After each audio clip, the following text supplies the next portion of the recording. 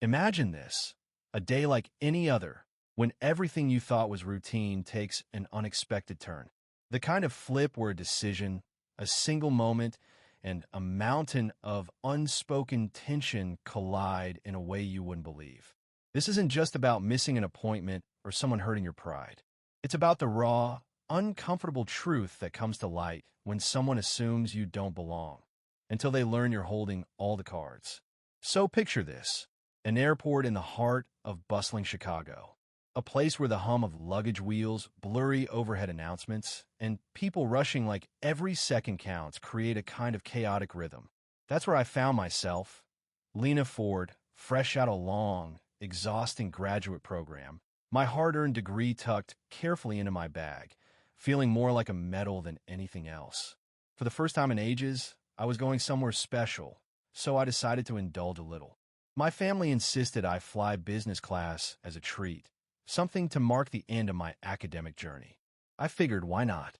Now, if you've never experienced business class, let me tell you, it's a whole different world.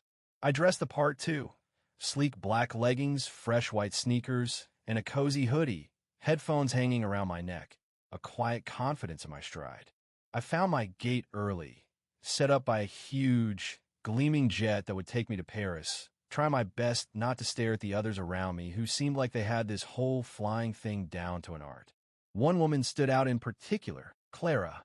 Her platinum bob, sharp eyes, and quick movements made it clear she was no stranger to these flights. Her voice was sharp, impatient.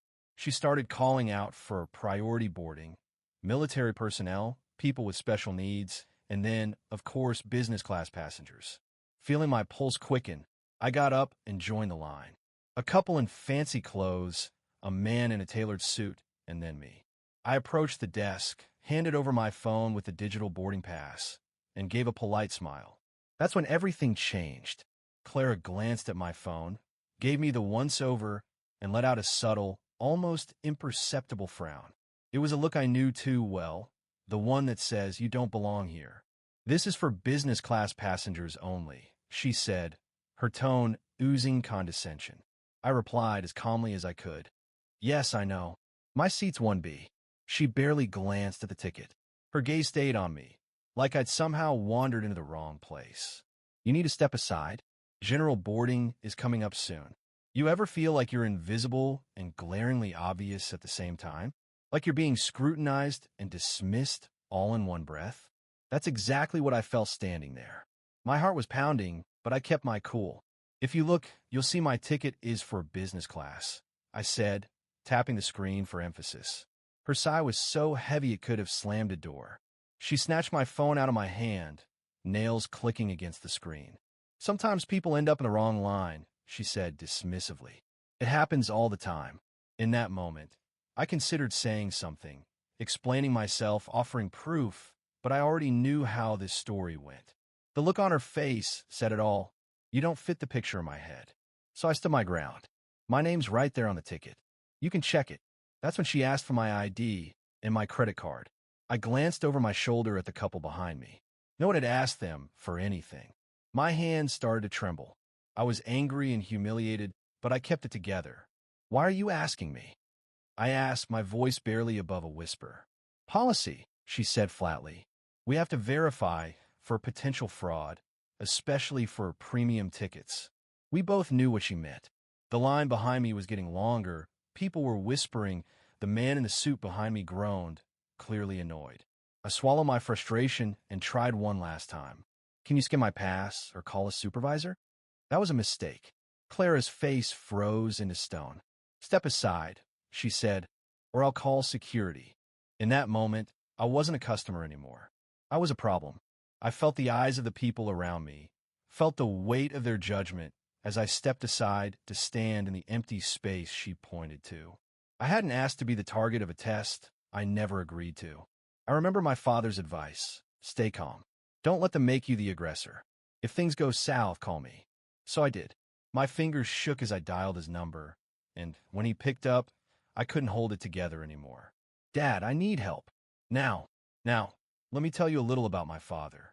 Raymond Ford isn't just any dad. He's the head of aviation security at the National Transportation Safety Board, NTSB. In that moment, he went from being in a dull conference meeting to becoming my knight in shining armor. Instantly. "Where are you, Lena?" His voice was calm, steady, the kind that says you've got backup, no matter what. I told him where I was, gave him Clara's name. "Stay put," he said. "Be polite. Record if you can, and don't say another word. I'll be there in 10 minutes." And just like that, my father's game face was on. He walked out of that meeting, called in a car, and began working the problem from a different angle. By the time he arrived, he didn't head straight to me. No, he went to the podium where Clara was standing, completely in control of the situation. "Clara," he said, calmly, "could you explain why there's a disruption regarding my daughter's boarding?" Clara didn't flinch. She claimed I'd been belligerent and insisted my ticket was fake. All of it was a lie, delivered with the confidence of someone who knew they were in charge. But my dad wasn't rattled. He simply asked, "What error did you find when you scanned her ticket?" She fumbled for words, stammering. "It didn't scan properly. Probably a counterfeit." Dad pressed her further. "So, are you officially stating that Lena Ford's first-class ticket, purchased through your airline, is fraudulent?" She stood firm in her story, and that was her mistake. Clara quickly called for her supervisor, Dave Martin, hoping to get some backup. When he showed up, my dad wasn't going to let things slide. He introduced himself, laid out the facts, and let them dig their own hole deeper. Then he calmly pulled out his NTSB credentials. The air shifted in an instant. Clara and Dave froze, their faces draining of color as it dawned on them who they were dealing with. "My team will pull the logs and footage right now," my dad said. "This doesn't end here." The logs were clear. No errors, no rejection, nothing. The video captured everything. Me calmly approaching, Clara's refusal to scan my ticket, her dismissive attitude, and my polite insistence. Not once did she try to scan my boarding pass. It got quiet in that room. Dave tried to apologize, but it was too late. My dad made a call, and suddenly, the airline had a federal investigation on its hands. Clara was suspended immediately, and so was her supervisor. The company went into damage control, but the truth was already out there. Turns out this wasn't the first time something like this had happened.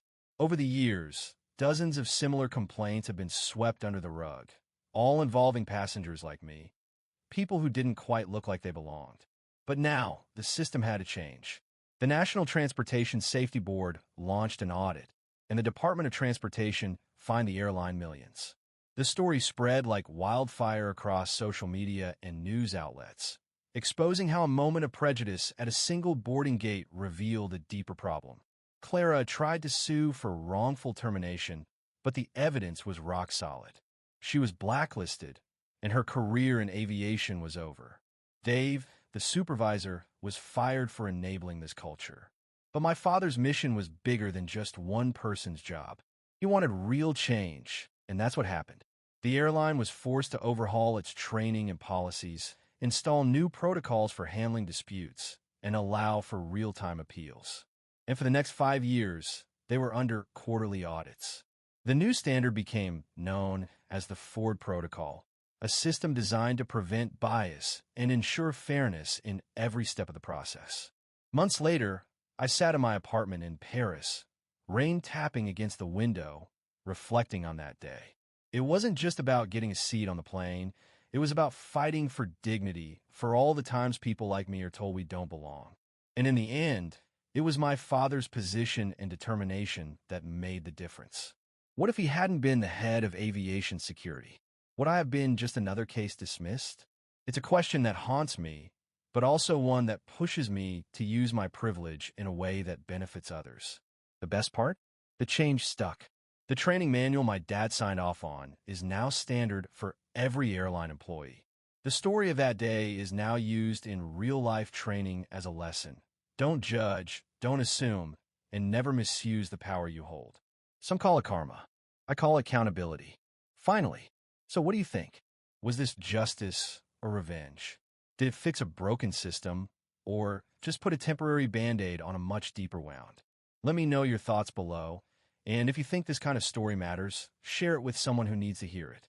At the end of the day, we all deserve a seat, not just on a plane, but in the world.